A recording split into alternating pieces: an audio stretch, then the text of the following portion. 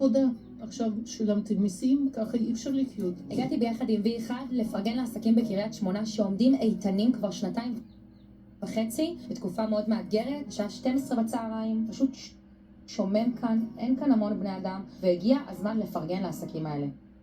אני פה כבר 46 שנה, שאני מחזיק את המוזיקה, דיסקים, תקליטים, מערכות סטריאו, אין כבר אנשים לא מגיעים.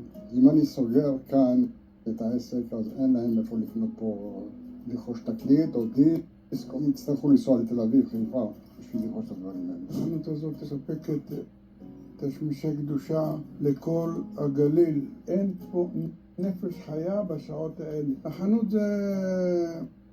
זה מה שיצרתי בעצמי, חבל לי מאוד שזה יקרוס. תופרת הכל, משמאלות קלה, שמאלות ערב. אם הייתי רוצה, הייתי מתפנה מקריית שמונה עוד בהתחלת המלחמה. ראיתי פה שליחות שאני כן יכולה לעזור פה לאנשים ולכל האזור. כל יום פתחתי שיהיה מקום חם לחיילים. אני מחכה שהאזור יתעורר. אי אפשר להשאיר את האזור בלי שום דבר. עכשיו לא עובד, בגלל זה אין עבודה, לא תופרים שמאלות ערב.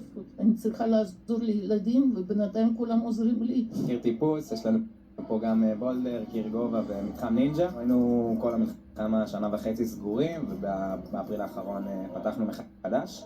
גם אני וגם השותף שלי מילואימניקים, גם עכשיו שהעסק פתוח, אני אחרי 3 חודשים בסוריה. זה מאוד מאוד קשה ומאתגר, בעיקר עסק שעוד לא קם על הרגליים, לנהל אותו מרחוק, אבל לא נשאר לנו אלא לקוות לטוב.